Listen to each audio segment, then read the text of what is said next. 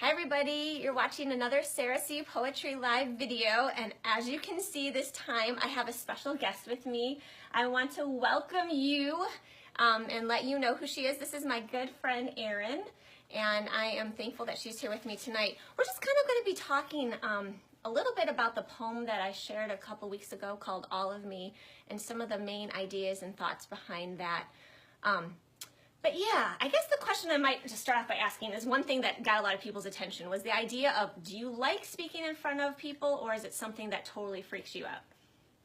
I enjoy it. I mean, I've been doing it a long time, so it doesn't bother me. I used to get really, really nervous, but I'm kind of like you. You mentioned that you get nervous at the end.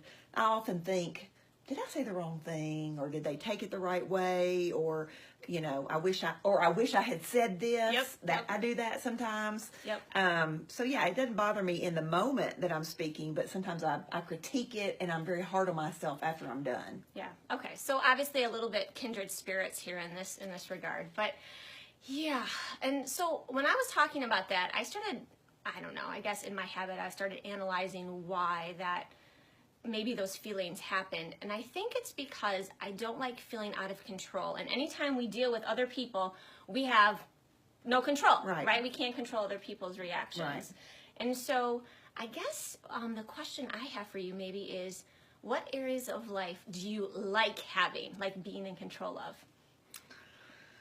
Well, I like being in control of my kids, and that is a farce because we really can't be. You know, I've got a son that's 17 years old, soon to be 18, and I'm just dying to know what's he going to do with his life? What you know, what profession? You know, who's he going to marry? His kids, and so yeah, my kids, I like to have control, and you really don't. I mean, they're God's to begin with, so you know you got to let that. But we try go. so hard, especially when they're little. You kind of can, you know, deceive yourself that, oh yeah, they can totally be in control, because when you're babies, you kind of are in control of everything. But and then you go to Walmart and they lose it, and then you're so embarrassed. You totally can't be. It's like you think you're in control, and then as soon as you're a mom, you realize, no, I'm not in control. No. And I think it doesn't even have to be a parent. Anytime you deal with anybody else, you realize you can't control the outcome. And that... Nor can you control what they think of you. Oh, yeah. You know? That's why I think when I would, with the whole public speaking, you want people to like you. Yeah. You want to have good relationships. You want people to think, well, she's sharp, or, you know, she's got it together. And then when you mess up, then you're like, well, screw that. Yeah. I'm obviously not perfect, but I was hoping you'd think I was. Yeah, I'd like everybody to believe I'm perfect, right? Of course. And especially, though, when you're doing something for God. You know, it's like you feel like you have to represent Him well, so you better not mess up there either. Right. So, yeah, that whole battle between wanting control, but yet still having trust just in people or in situations, it very easily translates and moves into our faith life. I mean, especially those of us who claim to be Christians, we want to say, yes, we believe God, we trust you in every aspect of our life. But then it doesn't take very much for us to realize, oh, I'm kind of holding back that area. I don't quite want to give that to you, God. That's a little too much. Have you ever had this experience in your life? I have, and what Todd always says, that my husband is the pastor at Sarah's church, and he always says, Our church, do you believe that God has your best interest at heart? Because if you really believe that, then you could trust Him. You could have faith. And I have to say, no, I don't always think that, because He may allow pain and suffering to come into my life. He may allow really bad days and really bad things to happen. So even though really it's for my own good, that's still... It's hard to see it sometimes. You can't, yeah, it's hard to see. Yeah. It's hard to see. But yeah, I mean, when Todd went to the ministry, I was going to, you know, talk about that. He was a professional with Adidas, so we had really good tennis shoes and sweatpants and stuff. And then he's like, I'm going into the ministry. I feel called. And I'm like, okay, you make this much money, and then it's going to be cut in half. And I'm thinking, no. And he went to How could this be a good idea? Yeah. He went to seminary, and I'm thinking, oh, he just needs to get it out of his system. Yeah, like he can help other people without having to be a pastor. Maybe he can be a counselor. I don't know. Yeah. But we're not giving up Adidas, okay? That is not going to happen. Maybe for Nike? Oh, sorry. Keep going. But eventually, I mean, he went to full-time ministry, and we've never looked back. And we've also never missed a bill, and we've God provided. But it's not always easy. I mean, there's definitely challenges and obstacles along the way, and it's nice to hear, and I think this is part of why I have Aaron here tonight, is because it's so much easier to do life when we're together, and you hear other people's stories, because I think the Holy Spirit uses us in so many different ways that we don't even realize. Just when we talk to other people, it's like, you didn't know it at the time, but you talking to me just helps me get through whatever it was at that time. Right. Your story is something that I can relate to, and maybe you didn't know it, but God used it. And so I think that's part of why friendships, and even just doing this tonight, is such a good thing, to know that we're not alone in our faith journey. And that's what this whole purpose of Sarah C. Poetry is. It's for us to join together to know, trust, and follow God better, and to not do that in isolation. So anyways, there's one line of the poem from last week. I kind of wanted to bring it up. It says, we are at war, and this is talking about like myself and God, wondering how we got so far apart, wandering in the wilderness of a sinful heart. I know it. Do you think that's too strong of a phrase, we are at war? No, because I think there are parts of our lives that we don't want to give up. I mean, whether it's gossip, or you cheat on your taxes, or you look at pornography, or, you hit your kid. I mean, there's so many sins. I mean, but there are cherished sin that we don't want to give up. And so you wouldn't say it's too strong of a phrase to say war. No, I don't think so. I think that total surrender is extremely, extremely hard. So it is a battle. Well, yeah. I mean, every day to die to the flesh. Yeah. I mean, I was just thinking today, I just want to glorify you today, God. And something happened, and I lost my cool, like I often do, and I'm just like, I blew it again today.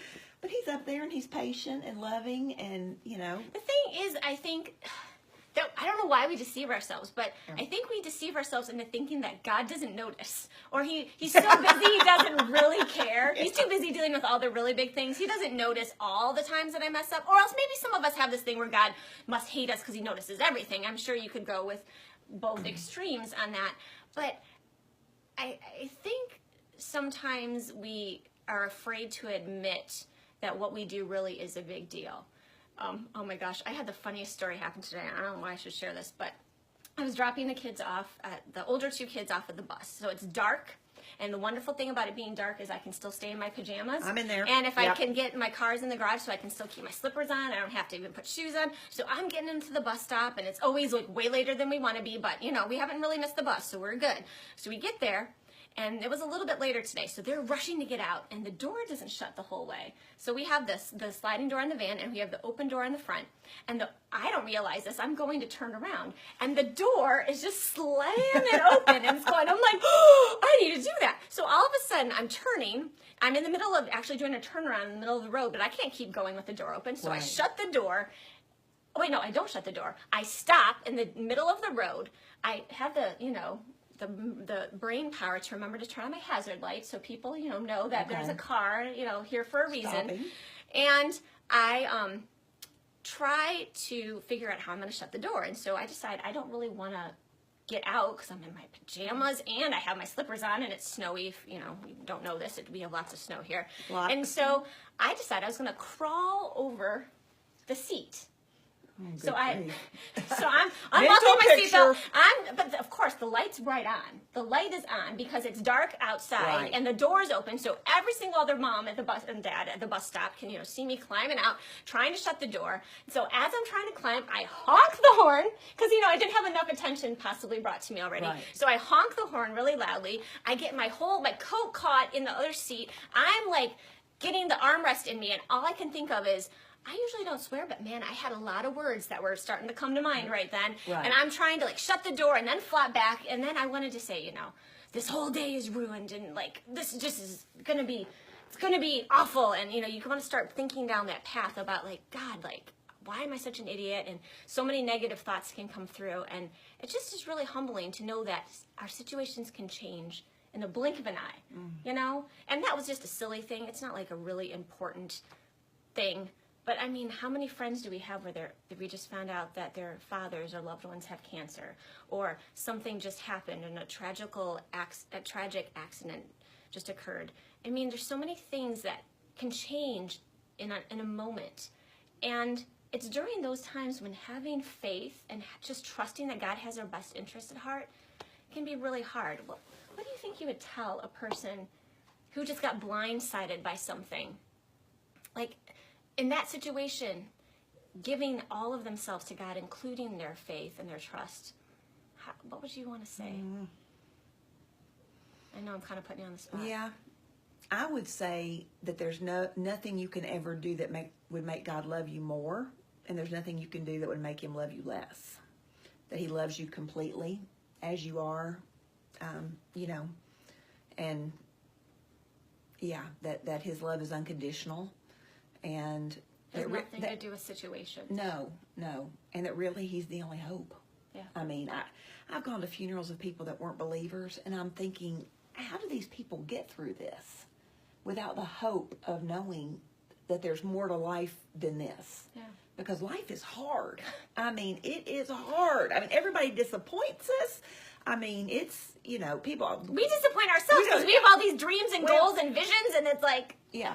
And God, where's the plan for my life? Where's the great plan? It's not happening right now. It's, the patience, because we're all waiting. What's next? And, it's... If I can't even get my kids to the bus stop in the morning, I mean, when something really important comes, it's tempting to hold back parts of ourselves. And I think that's ultimately what this poem was about, was that just...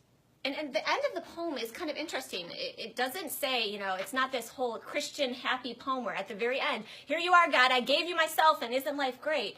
It ends with I still know that you want. Are you already aware of everything? I know it, but you want so much.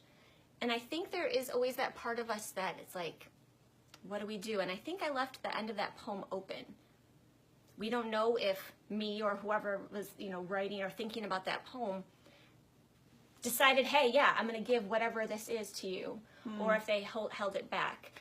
And I think I did that deliberately because I wanted it to be left open, kind of mirroring what the reader would feel. Right. It's like, what are you going to do? Well, and remember what Todd said yesterday in his sermon that struck me was, bring your kind of sort of faith.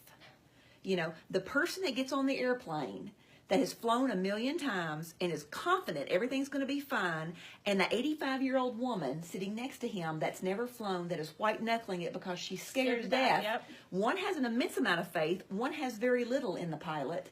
They're both going to get there at the same time. Yeah. They're both going to arrive at the same time. Yeah. So bring whatever faith you've got, even if it's as small as a mustard seed. God will use that to do great things. Yep.